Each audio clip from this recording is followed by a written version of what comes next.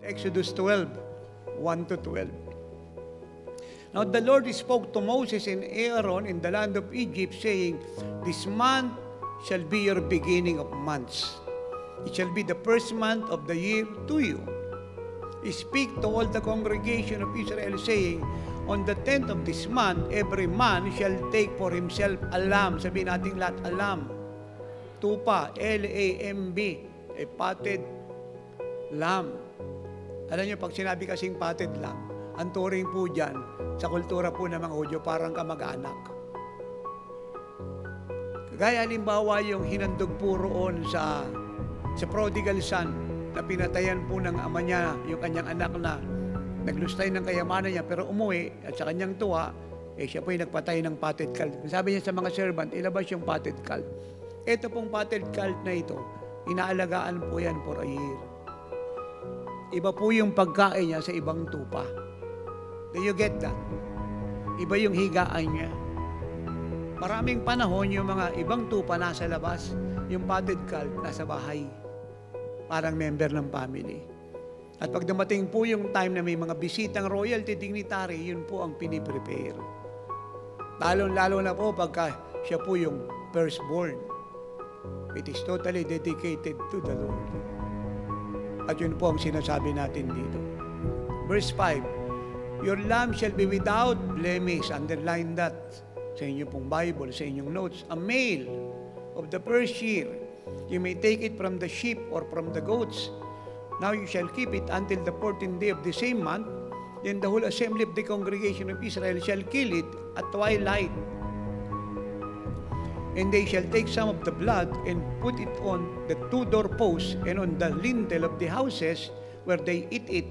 Then they shall eat the flesh on that night, roasted in fire, with unleavened bread and with bitter herbs. They shall eat. Do not eat it raw, nor boiled at all with water, but roasted in fire." Ni-roast po yung lamb. It said, with its leg and its entrails, "You shall let none of it remain until morning, and what remains of it until morning you shall burn with fire, and thus you shall eat it with the belt on your waist." Ayan, kasi sila po'y aalis na eh. Pag sinabing belt on your waist, sandals on your feet, and your staff in your hand. So sabi, sila po'y aalis mula sa Egypt, patungo po ng Canaan o Promised Land. Magjo-journey na po sila. Verse 12, the last verse, "For I will pass through the land of Egypt on that night, and will strike all the firstborn in the land of Egypt, both man and beast, and against all the gods of Egypt I will execute judgment. I am the Lord." Ito po ang key. Bago po sila umalis ng Egypt, kumain po sila ng lamb.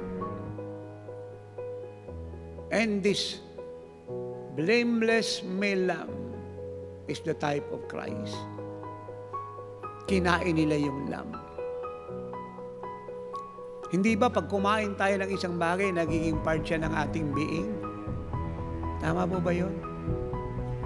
Kaya nung umalis po sila ng Egypt on to the Promised Land, dala-dala po nila yung substance ng lamb. Kinain nila. At yun po yung nagprotekta sa kanila. Kaya nung tinanggap natin si Jesus, kung kailan niyo siya tinanggap, siya na ngayon ang inyong nature, siya na inyong life, siya na ang inyong divine substance, siya na ang inyong divine being, na kahit saan kayo pumunta, dala-dala niyo ang immunity, ang health niya, ang completion niya, ang perfection niya. Now, pag tayo po'y nag-Holy Communion, nasisin po yun.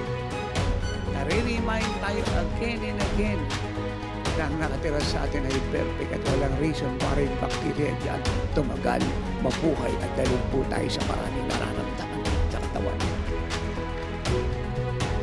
Pag tayo po ay napupunan ng glory, the more we are filled with His glory, the more His health in us is evident. The more na napupus-pus ka ng kalawalhatian, the more malusog na malusog ka. Pag nag-Holy Communion ka, yung kalusugan ng Panginoong sumasayo, buhay na buhay.